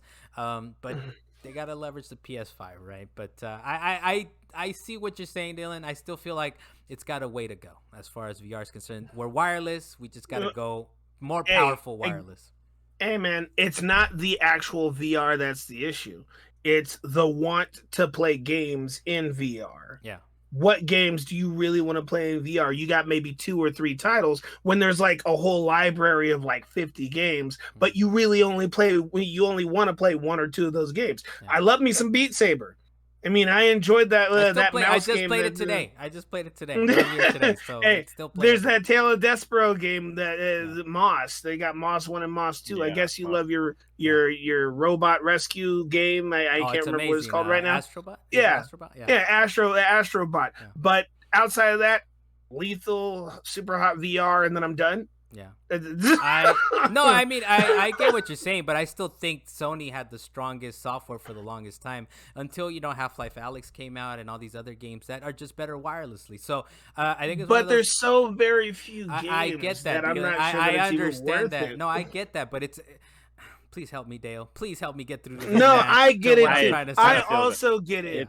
But it's I a still limited feel amount, like these and it's expensive. Yeah. That's the thing. Yeah, so $600 for a couple of games. If you're thinking about like if you're a parent or someone that's like trying to invest in all of these games, you're thinking of like, oh, I'd rather spend my time in this like huge other like series of games like the Soulsborne's games and all that type of stuff compared to like, oh, if I just play this VR, it's kind of true that like you only really play like 2 to 3. Like, what's the attachment rate to like the original PlayStation VR? Like, there's only going to be like the top games that are selling. I mean, they're lucky if they sold a huge drop off for the other ones. They're lucky if they sold as much as the Kinect, right? Like they sold, because the Kinect sold like 10 million, right? But I feel you on what you guys are saying, but I think it's incorrect to say that it's dead, because I think. Oh, I didn't say that.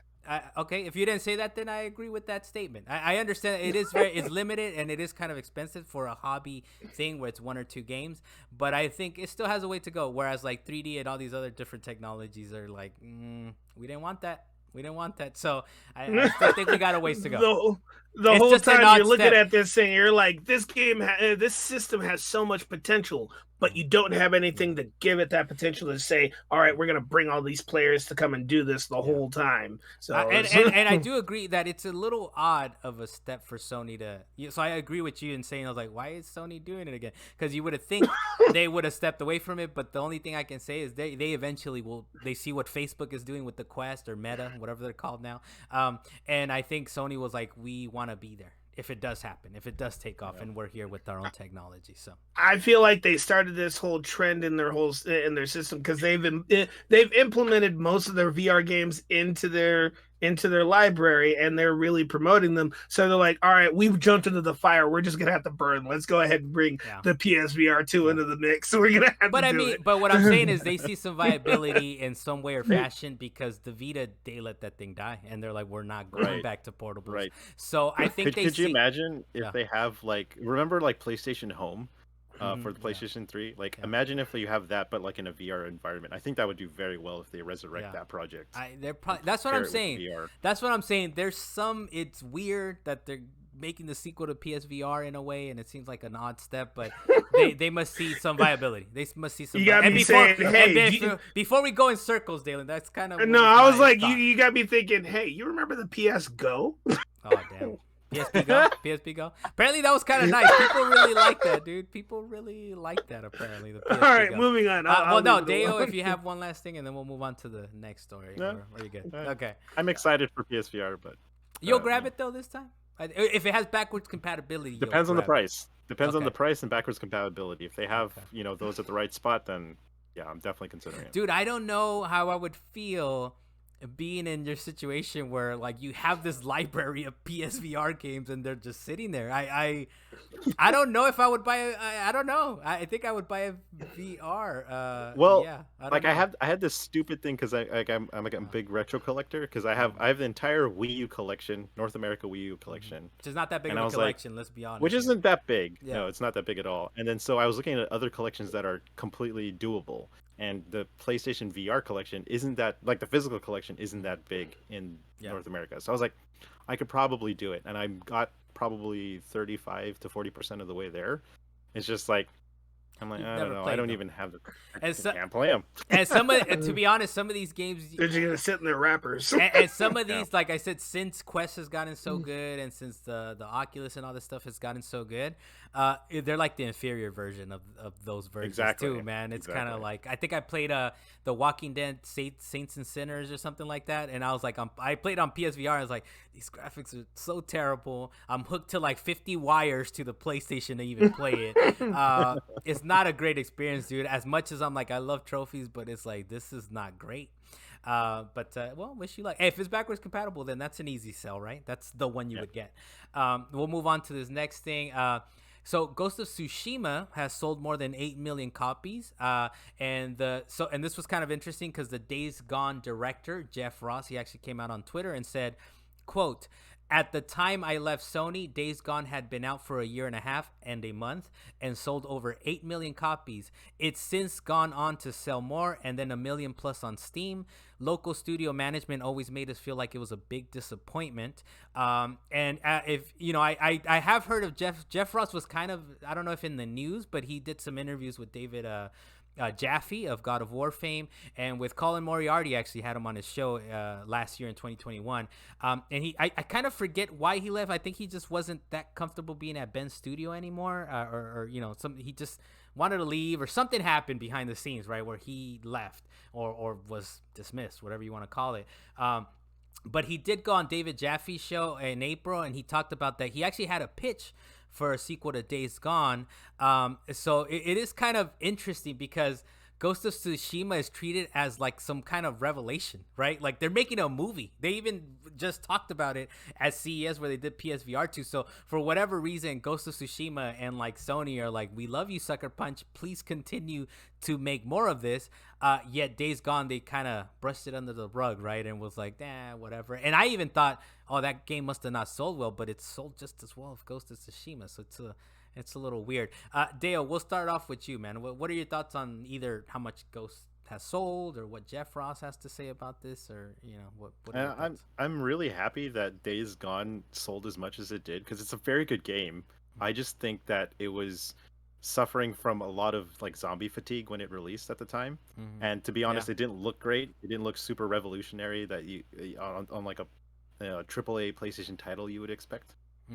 So because like on base PS4 hardware, I think it ran at like 15 frames. Yeah, they had glitchy to. As hell. Damn! That is terrible. That is one of bad. the things that like plagued it. Now that you're mentioning, actually, you did, that was one of like the first things you wrote on We Got Comms, right? One of the first articles that you wrote was about what Days Gone does more than last, which is still one of like the bigger hits on the site, I think, actually. So you hit a nerve on there. But now that you mention, I do remember when it released and it had like issues, right? Like performance issues. Big time.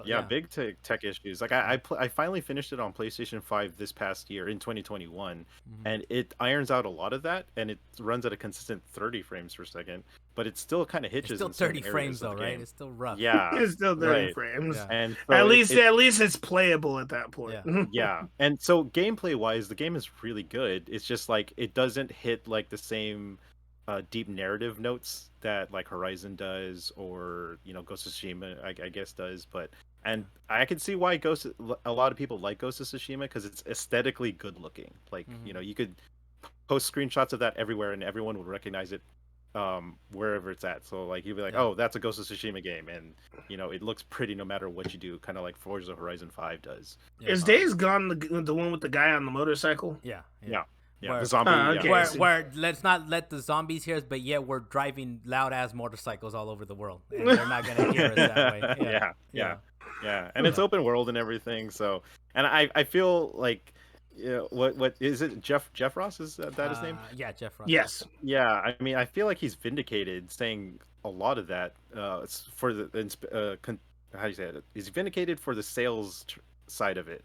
But when the reviewers came out, they kind of like, shat on it when it was reviewed. Yeah. Which was and I think that was unfortunate, part of the interviews that he did. He actually talked about the fact that when it released, it just wasn't performing that. And I think the PS4 Pro had like just come out too, right, or something like that. So maybe they were trying to optimize for the Pro and versus the base PS4, so you could really tell the difference like right away. It's like this thing runs like crap. It was like a Cyberpunk moment before Cyberpunk, right, where it's like this doesn't run well at all. It was a prequel to Cyberpunk. Yeah. So Yeah, and I think he talked about that they released with performance issues, and at some point people are just not gonna go back, right?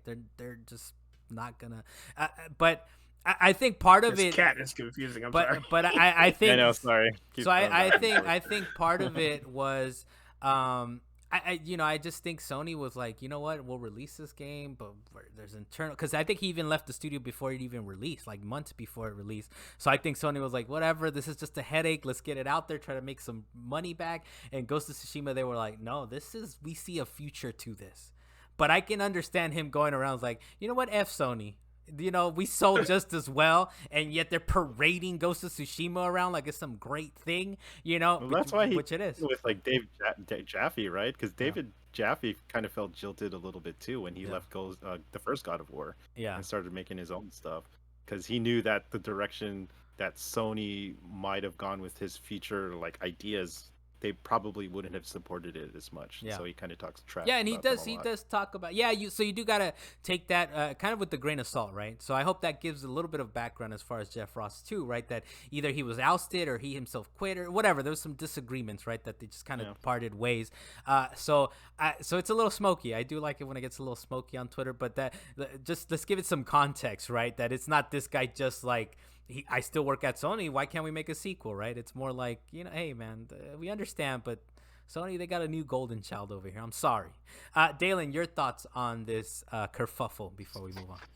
You call it a kerfuffle. For me, I was before Deo actually said that he enjoyed the game and he had his whole We Got Comms article. I was thinking to myself, I don't know anybody who's ever played that game. I know the game is out there. I mean, it's probably sold really well, but who the hell played Days Gone? But apparently it was an okay game with these. It was apparently we got one. Skin. It was so weird how that worked out. Like I was like, it's okay, but I just kept playing it, and it got right under my skin for it. I don't know what it was. I played a little bit of it. I played like halfway through it, man. At some point I just couldn't do it anymore. Like the whole horde mechanism or whatever it is, right? Like the zombies are coming after you. It's like I can't deal with like a 200. That was amazing. That's the best part of the game. I know. We need to play World War Z. That's what we need to do. I know Days Gone is out there. State of Decay 2 is out there. But no, let's play DayZ or World War Z. What's wrong with you, Carlos? Why won't you play World War Z? Anyways, I was going to say part of the reason why Ghost of Tsushima was really up there, even though it may have even sold less, is the fact that it was more cultural. It was just, it actually taught people things too. And they actually did their research on Japan. And it was such a eye-opening thing for so many people that it even created a GoFundMe for repairing one of the shrines in Japan. Yeah. I mean, what did Days Gone do? Let's go repair a motorcycle. Look, I do like that. I do like that context you're bringing into it, Dalan. And yeah, I think too, what you're saying is it just has wider appeal. Why didn't Sony, greenlight a sequel? Because they didn't want to. They were like, you guys are in the Pacific Northwest. Project, we haven't seen you guys in years. You've been working on this game for 5-7 years and you're barely now bringing it out. I'm sure they had no problems with Sucker Punch, where they just ripped off Sly Cooper physics and put it into a samurai game. A samurai game. But I think you're right, Dylan. On the rare occasion that I was like, I 100% agree with you, and you do bring up some, dare I say, salient points, Dylan. It just has wider appeal. It's such a nice looking game, like Dale said earlier, and it's like, that's why we understand it sold just as well, but it's probably going to continue to sell, and the sequels are going to be great, and the movie we'll see, right, or the TV or whatever they make out of it. So it's just got wider appeal. I'm sorry, like you were saying, Dylan, what has Days Gone done for me, or the Pacific Northwest, or whatever it is. So we'll do one more, and then we'll do a little zinger at the end here, like we do as per usual. But this one's a little interesting, and it's been kind of going around for a while now. But GoldenEye 007 might actually finally come out. There was some Xbox achievements that were spotted for Xbox One, and apparently there's some rare developers unlocking achievements. So I read a little bit into it. I was like, wait, how do they know? It's like, oh, people know who the developer gamer tags are, and they're like, these 2 gamer tags belong to Rare developers, and they unlocked 1,000 achievements for the N64 version of this game, right? So this game probably does not hold up well at all. I feel like this is completely nostalgia. It's gonna drop and people are gonna be like, what the hell, why do people like think this is so great? I'm still gonna play through it and maybe get the 1,000 achievement points if they're easy enough. But Dale, we'll start with you, man. Is this a big deal, the fact that it might actually finally come out and they figured out the license, I guess? I'm excited because that's my favorite N64 game of all time. But like you said, it's good. It's aged like milk. Like it's not going to play very well, so great, yeah. like unless they fix a lot of the accessibility parts for it, Yeah. or the quality of life aspects for it. A new couch, you know. They need a lot of work to get that done. And like I said, because all this stuff is still kind of rumored to me, I don't believe it's gonna happen either next year. Yeah, because there's got to be something with the Bond license. There's been some progress, though, right? The fact that the developers show themselves, me the damn date. Show me a trailer. I got you. But there's got to be something to the fact that they've actually been like, because they usually do that, right? The developers, whoever, they're like, okay, go through the trophies, make sure they're not borked, right? That they are actually unlockable. But true. But like, what is there not like a, how do you say it, like a gaming, like a secret gaming ring where all these people, like, they share their own little dev games and they, they just play it and get like peer reviewed, and then they just finally slip that, oh, we're playing GoldenEye. You mean like putting a sandbox version of GoldenEye in what was the game that they created the level for? They created a GoldenEye level for I want to say Far Cry. Far Cry. Yeah. So that's what you're talking about. Yeah, I appreciate the skepticism, though. I feel like, yes, still be fully skeptical that this will happen. I just feel like we're a little closer. We're a little closer to be a reality. I will say that it probably doesn't age very well, especially because it was a single analog control game. We weren't even in dual sticks yet at this point in time, so it's you had your C buttons to strafe. Yes, that is fully. That was so backwards. That was fully the way to play that game, is on the C buttons. Your movement was on the C buttons, and your aiming was in the middle controller stick. So and then you had to stop. No, Carlos, you're wrong. And then hold the thing, and then you had to hold the R button in order to. Yeah. So you couldn't move and shoot at the same time. Right. And then you had to press Z to shoot your gun. And well, you get blind fire. You get blind fire. You get blind fire. You still had your Z button, because you had your Z button on the back. That's where the trigger was. Yeah. So you get blind fire, and it was heavy. What do they call it? Tracking or easy aim, or what do they call it? Like for console shooters, where they have the aim assist. Heavy aim assist, because you would see the gun drift, let's say from the bottom right corner to the center of the screen to try to shoot a guy. So a heavy aim assist. But Dalan, what are your thoughts on this? My thoughts on this is people seem to forget that there was actually a remake of the 007 game, and it also did not do well. Yeah. The fact is, what made the 007 game so great back when it first came out on N64 is that there wasn't really a lot of competition in regards to first-person shooter games like that. Now we have this whole plethora of Call of Duty, Battlefield, and all these other games that do first-person shooting, trying to bring GoldenEye out in the middle of COVID, which it was originally a couch co-op game to sit next to your friends and yell at your friends about as they try and stare at your screen. You don't get that anymore. You had the blockiness of just jumping into like secret crevices because they had false walls. They're not going to do that in this one. I mean, I think when they did Perfect Dark, it was basically a copycat of all the levels, but they took out the false walls, and you could see where everything was. It's fully a nostalgia play. It's fully a nostalgia play. If you try and bring back GoldenEye today the same way that it was back then, even if you update the graphics, I don't care if you get the voice actors to come back and do all the things again. If you do not fundamentally change that game, it will flop.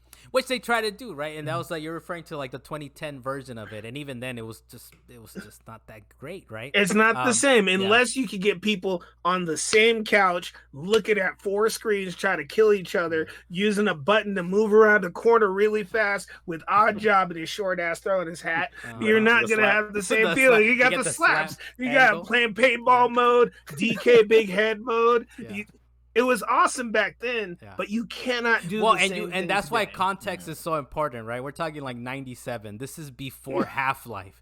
This is around the time when Doom and Wolfenstein 3D, those games did not look that great at that time. So here you have a licensed game, GoldenEye, where it's like, damn it, I'm playing as Bond, and it's amazing. And back then, Duke Nukem was still a good game. Yeah, exactly. So the fact that GoldenEye, it just took off. It just came at the right time. Had it come out after Half-Life or Halo or something like that, we'd be like, what? This is just dumb. What is this game? So how about this, Dalan? Answer the question. Are we close to a release of this, and will you pick it up? If we are close to the release of it, they need to really make sure that they're rebuilding it like from the ground up, a brand new game. No, but if they're not doing that, not buying it. No, from what nobody's going to be playing it, or at least nobody that I know for damn sure. There's probably going to be plenty of people online, but I'm not trying to play with strangers. A part of the appeal for that game was playing with my friends. Yeah, let me have Golden Gun mode. Game Pass. It might be on Game Pass. I wouldn't be surprised if Game Pass. There you go. If it's on Game Pass, I'll give it a shot, but I have no high expectations for that. Oh, dude, for that game, have lowered expectations. I already look, Dalan. I already know. This is like based on kind of the reporting on this. It's basically what was gonna come out during the Xbox Live Arcade days. So we're going back to what? Help me out here. 2008, 2009, or something like that, Dale. Like, I don't even know what that means. Exactly. 360, Dalan. We're talking about 360 when the 360 came out, and they were like, look at this. You can download games to your console. This is when they were trying to release this game way back when. So no, not from the ground up. It's the straight up N64 version with a bunch of trophies. That's it, Dalan. That's gonna be. But we're lucky if we should have online functionality at least. And we're not even gonna get a new skin. They're just gonna smooth over the textures and make it look like pretty. It's gonna look pretty Zelda rocks. That's it. It's gonna be nice. It's gonna be nice, Dalan. It's gonna be nice. They're gonna pull in some of the assets from GTA 5, like Rockstar did with the trilogy or whatever. They're gonna pull in those assets into it. So we have a couple little singers at the end. It's been a little while since we've done this show, so we got a couple. The first one this one's a little interesting. I want to hear your thoughts on this, but apparently Taco Bell unveils a monthly taco pass. So it's a taco lovers pass, and it's $10, and it will grant pass holders 1 taco a day for 30 days. So that's quite a bit of a battle pass right there, Dalan. Are you gonna try this out? You down? Man, I barely bought my Hot Pockets with the whole Halo Infinite, the Halo Infinite double experience on the box. I had the box. There you go. So no Taco Bell battle pass. No Taco Bell. Dale, I got my Hot Pockets. I'm good. Dale, Taco Bell battle pass. If they fried the tacos, I'd do it like how they have them in Jack in the Box. I would. But you want them deep fried tacos? Reasonable. Now mini tacos is already trying to give you a box of mini tacos. Yeah, but I mean. That's not too bad. If I'm really hungry or like trying to drive back home and I was like, oh man, I got the munchies. I'd probably hit up a taco. You could only get 1 taco a day, or can you like roll, that's the weird roll thing, your right? taco if you don't get like 5 of them in a row? Yeah, right. Let me just go to Jack in the Box instead and get myself a munchie box. If I got the munchies, I'm just go get a munchie box. That's what I'm saying. You would think they'll give you options, right? It's like, you know what? I'm gonna roll my points over. I'm gonna roll my tacos over. If I can roll my tacos over into 1, I'd be fine with that. Because I don't crave Taco Bell every single day. But you're talking about holding off for 5 days and then coming back and coming out with 5 free tacos. You know what the worst part of this whole ordeal, like Taco Bell, and like I actually for vacation the last couple of weeks I went to Mexico and eating kind of I guess what you could call authentic Mexican food. Great food out there. The American taco. I came back and the first thing after we came back in the country was Taco Bell. I was like, let me get a chalupa. Let me get a chalupa. You don't get chalupas out there. You don't get chalupas in Mexico unless I guess you go Mexican to Taco pizzas. Bell. They don't exist. Those do not exist. I never once was offered a Mexican taco pizza or whatever those things are called, or chalupas. They probably wouldn't even know what they are. The next one, this one's kind of for you, Deo, but I don't know if you're aware, but I guess BMW unveiled a color-changing car at CES. It's the BMW iX Flow featuring e-ink. So this is some future tech. This is some. It will change the exterior color of your car with the push of a button. Would you grab it? Yeah, it's going to change the robbery scene very significantly. very things will get very interesting. Dale, what do you think, man? Do you would consider something like this? I mean, it looks cool, but does it? I don't. They didn't. I've only seen pictures of it where it changes from white to black and black to white. Is there like any other colors in between? That'd be really cool. I'm sure people will modify it to do that. And the moment they do, you're gonna come out with seen the movie Johnny Dangerously, and they're gonna have skins for their car of rubber duckies when they come out of a tunnel. Dude, the only thing I can imagine, because I don't know what the technology for this thing is, but I imagine it's the technology from a TV screen. That's what I imagine, the OLEDs, and they're gonna have dead pixels on this car. People are gonna be driving down the street with dead pixels on their car. See a whole spot that's just a bald white gray. What happened here is the dead pixel, man. I got a dead spot over here in my car. It's like I bumped into a pole. You're gonna see an actual crack across the side of your car. Yeah. What happens if you run into a bird or a rock hits it? It'll just be like that. Massive dead. You got that. Your car looks like you dropped your iPhone. What's happening? Why do you have this? Hey, dude, your screen is leaking. Your car is leaking over here. So there's something wrong with it. Hey, well, look, this one was kind of super long, but we've been away for a couple weeks. Thank you guys for joining us, and we did claim a champion, so that's pretty cool. It's a little surprising. I was hoping for a little Halo Infinite or Metroid Dread, but that's fine. We all have our personal takes on it. I guess the consensus is It Takes Two was good. Go game... buy it if you don't have it. You know what? Because I think some people were surprised, right, that the Game Awards were like, wait, It Takes Two? Okay, that's interesting. And here we are. Like It Takes Two is our cumulative. Is that the word that help me out? Cumulative. Pointed, weighted game of the year. It Takes Two. And thank you guys for joining us this week and hanging out with us. I'm Carlos Macias, again, your host of this here fine program. Go to wegotcoms.com and kind of read up on stuff. Check out our other podcasts. And subscribe to our YouTube. Subscribe, right? Point to the subscribe, whatever that is.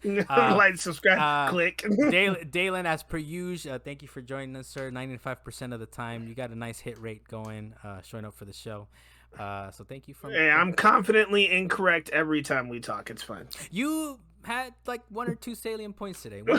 Just one or two. But yeah, thank you for joining us, Dalan Kirkwood. I'm glad your internet is all settled and corrected. They just got to fix your roads now. Dale Blas, thank you, sir. Thank you for hanging out. I'm sorry we took up so much of your time, but oh man, that's fun.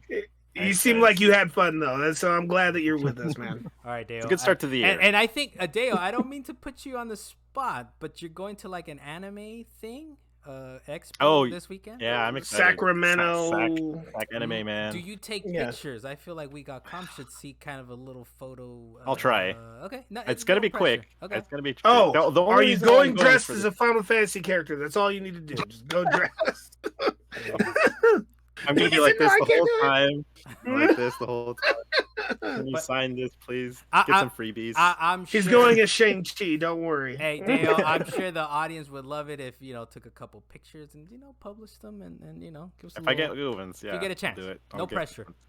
Yeah. I should probably publish my 2008 pictures when I went to the Anime Expo in LA. We'll go back in time. All right. Well, thank you guys for joining us. See ya next time. Latest. It Takes Two, man. They won it.